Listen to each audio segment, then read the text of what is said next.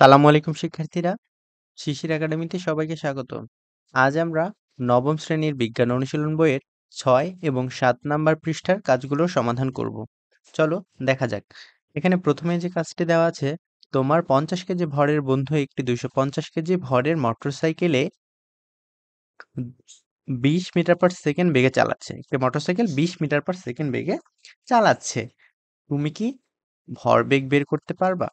আচ্ছা, তাহলে এখানে আমরা জানি ভরবেগ সমান হলো ভর আর বেগের গুণফল। তাহলে এখানে ভর আ আমার বন্ধুর ভর দেওয়া আছে ৫০ কেজি এবং যে মোটরসাইকেলটা চালাচ্ছে সেটার ভর ২৫০ কেজি। আর বেগ দেওয়া আছে ২০। তাহলে এখানে টোটাল ভরটাকে হিসাব করে তার সাথে ২০ কে গুণ করলে আমরা যেটা পাবো সেটাই হবে ভরবেগ। চলো উত্তরটা দেখা যাক। উত্তরটা দেখো, যেখানে যা, যা দেয়া আছে সেটা আমরা প্রথমেই লিখে নিব। যে আমার বন্ধুর ভর দেওয়া আছে ৫০ কেজি, মোটরসাইকেলের ভর দেওয়া আছে ২৫০ কেজি। তাহলে মোট ভর হচ্ছে ৫০ যোগ ২৫০ সমান ৩০০ কেজি। তাহলে আমরা m এর মান এখানে পাচ্ছি ৩০০ কেজি। আচ্ছা, মোটরসাইকেলের বেগ কত দেওয়া আছে? বেগ দেওয়া আছে ২০ মিটার পার সেকেন্ড। ওকে, তাহলে আমরা আমরা কি জানি? আমরা জানি ভরবেগকে p দ্বারা প্রকাশ করা হয়, p সমান mv।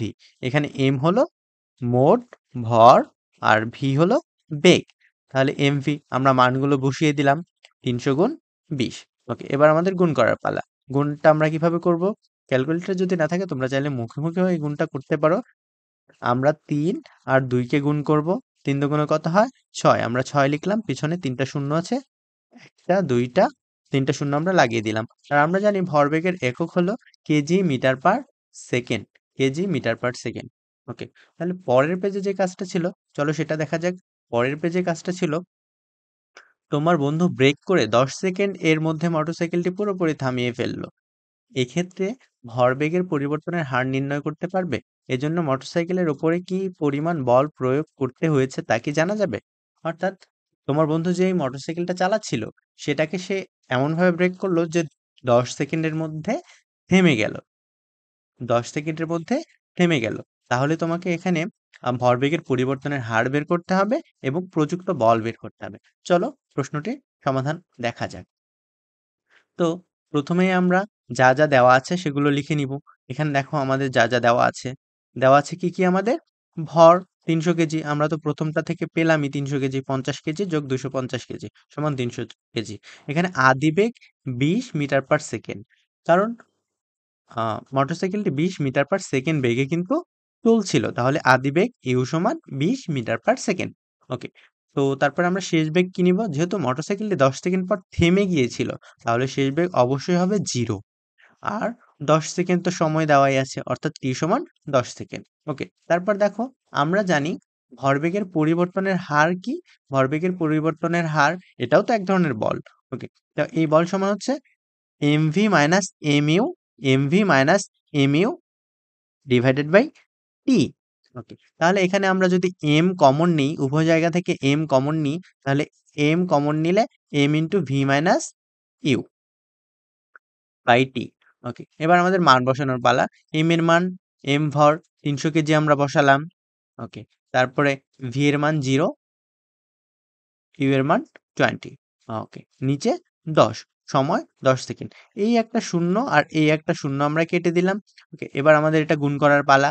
তাহলে প্রথমে তো ৩০ আর শূন্য গুণ করলে শূন্যই হয়। তারপর ৩০ আর ২০ গুণ করলে হয় ৬০০। আর এই যে মাইনাস ছিল আগে, তো আমরা মাইনাসটা দিয়ে দিলাম। তো তাহলে আমাদের যেই ভরবেগের পরিবর্তনের হার সেটা হলো -৬০০ নিউটন। তাহলে -৬০০ নিউটন হলো ভরবেগের পরিবর্তনের হার। তো এখানে ২ টা প্রশ্ন ছিল। তাহলে আমাদের প্রথম ভরবেগের পরিবর্তনের হার এটা হলো -৬০০ নিউটন। ওকে, মাইনাস কেন দিলাম? কারণ এই বলটা তো আ হচ্ছে গাড়িটা চলমান ছিল, সেটাকে থামানো হলো। বিপরীতমুখী বল প্রয়োগ করে ব্রেক করে থামানো হলো। তার জন্য কিন্তু এটা মাইনাস হবে। তাহলে ভরবেগের পরিবর্তন হলো -৬০০ নিউটন। এজন্য মোটরসাইকেলের উপরে কি পরিমাণ বল প্রয়োগ করতে হয়েছে? তাহলে মোটরসাইকেলের উপর কি পরিমাণ বল প্রয়োগ করতে হয়েছে এবং প্রযুক্ত বলের মান হচ্ছে ৬০০ নিউটন। অর্থাৎ মোটরসাইকেলের উপরে 600 নিউটন বল প্রয়োগ করতে হয়েছে। এখানে কিন্তু আমরা আর মাইনাস দিব না। এটা হলো 600 নিউটন বল প্রয়োগ করে মোটরসাইকেলটা থামানো হয়েছে।